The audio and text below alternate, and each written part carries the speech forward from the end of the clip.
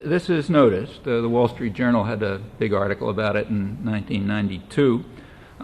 They pointed out that from 1985, the United States had the highest labor costs in the world, which you'd expect in the richest society in the world. Should have much higher ones, in fact. But in 1985, as you expect, it would have the highest labor cost per unit output in the world. And in 1992, it was second lowest in the industrial world. Actually, in 1990, it was lowest of any country.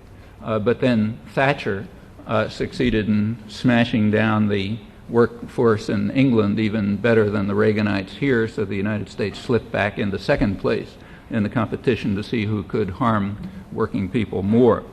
So from 1985 to 1992, the United States went from highest labor cost to second lowest in the industrial world. And this was described by the Wall Street Journal as a welcome development of transcendent importance, as it is for their constituency. The business press, the rest of the business press describes other factors that are involved in this welcome development. The Financial Times of London, which is the big international business daily, they had an article about the same time about what was going on in Eastern Europe, and they described it as a horrible mess. Everything was awful, but the headline said that there's some hope. The headline was "Green Shoots in Communism's Ruins," meaning it's pretty bad, but there's some green shoots there, so some good things.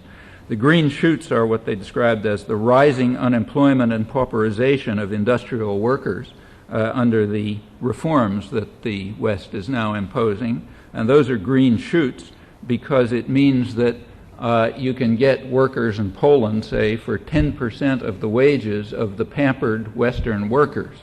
And as Business Week chimed in to say, that means it's a way to drive, it's another way, along with Mexico and Indonesia and so on. There's another tool now to force Western workers to abandon what Business Week calls their luxurious lifestyles.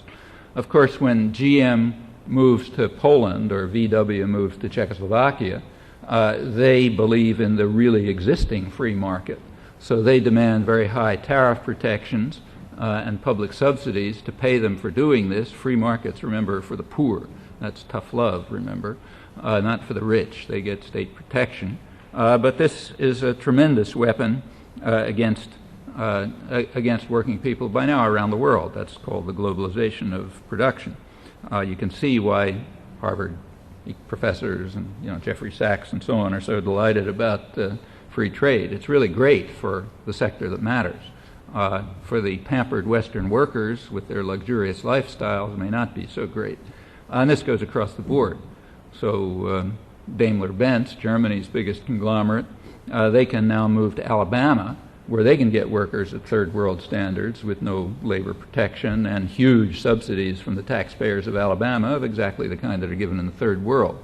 And you can kind of whipsaw one labor force against another by these methods. That's another device alongside of the straight criminality of the state, as in the case of the Reagan years.